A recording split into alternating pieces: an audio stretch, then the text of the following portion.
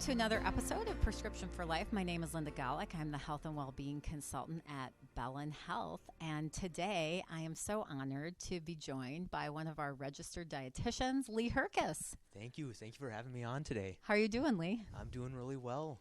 Great. Well, thanks for taking some time. I know how busy you are, but why don't you just fill us in a little bit, fill our audience in on who you are, what your background is, maybe why did you get into dietetics? So, as my name's Lee Hyrkas, I'm one of the dietitians at Bellin.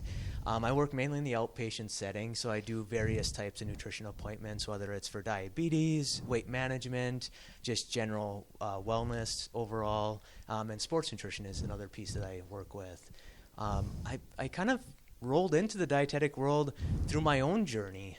So I used to be overweight as a child and found out that when you change up your diet and lifestyle, you can make some big health impacts. So I thought, can I take it into a career? And I found out that you can become a dietitian, and now I'm here today, 10 years in.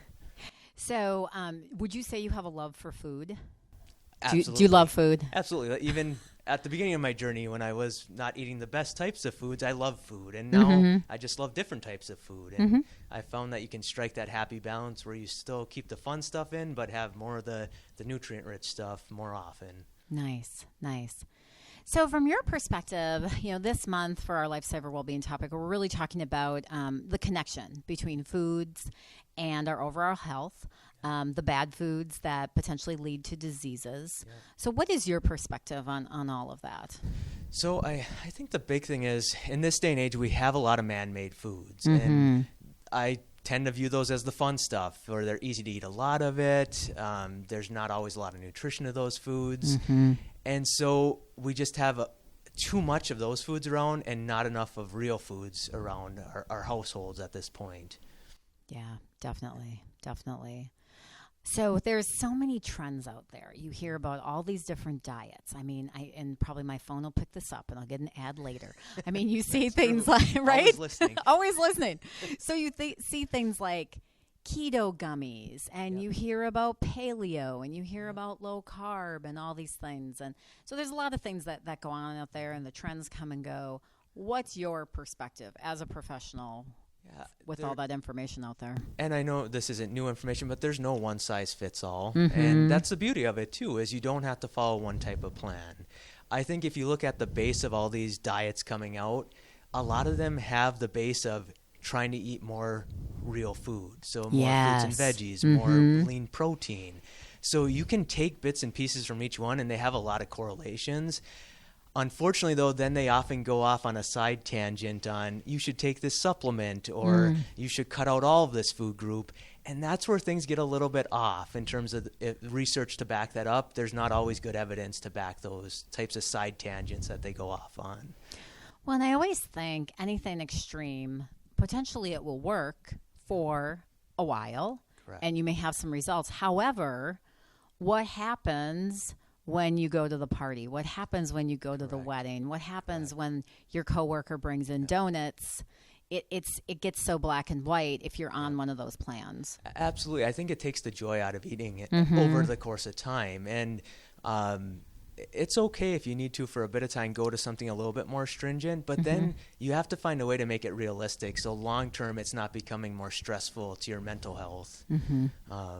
That's, I think, the big picture item is, how will this look 10 years down the road for me? And is it realistic?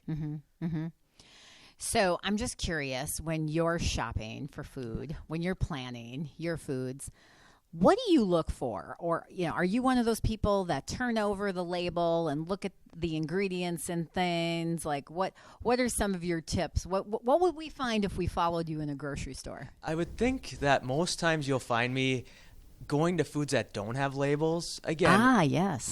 My food in my household is not perfect, and there's no perfect shopping list. But I think if you can go to foods that don't have a label more often, that's a really good starting point. So again, fresh fruits and vegetables, fresh proteins. That's a good area to start with. And then when you are going through those intersections of the store, just finding foods that are more real foods. So think of like canned foods. Sometimes those get a bad notion, but really canned beans are probably one of the healthiest food items in the store.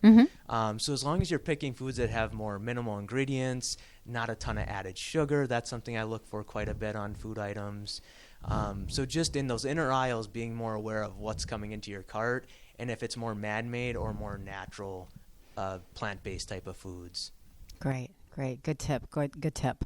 One thing that I feel like we hear a lot about more and more these days, and I feel like this is something we weren't paying attention to even 10, 15 years ago, is gut health. Mm-hmm. And you hear a lot about gut health and people healing their guts and all these types of things. What's your opinion on all of that? How do we approach that nutritionally? Yeah, and I think that's a big area of research and an area we should be looking more into. I really feel the number one thing that you could start doing is at least watching how much fiber you're taking in day to day. I mean, most Americans get about 14 to 15 grams a day. And in reality, we should probably be up closer to 30 to 40 grams a day. Okay. So we're about half of where we need to be. And that's where, again, going back to trying to get more plant-based foods in, so sticking to more fruits and veggies, trying to get more whole grains in, because those, again, there's a lot of nutrition in grains, so we don't have to cut carbs out. We just want to go more to the whole, real grains, because those fuel our gut bacteria, which can help our body as a whole, whether it's diabetes related, it can reduce that risk. It can help your mental health. So I do feel like focusing on fiber intake could be a big long-term approach. Yeah, great. Good to know. So tell us a little bit more about services that are available from Bellin through you. Yeah. What can people sign up for? What kind of information or help can they receive? Absolutely. So right now I do offer consultations either through our fitness center. That's more of a cash-based system. So if your insurance doesn't cover nutrition visits, we have a nice cash discount that we can go through our fitness center. I also do sports nutrition consults through our fitness center. And then more on the wellness and like preventative and maybe disease management side of things, that's where you can get a referral from your doctor to come and see myself or another dietitian. Or you can call central scheduling at Bellin, and that's another way you can schedule with myself or one of the other dietitians. Great. Awesome. All right.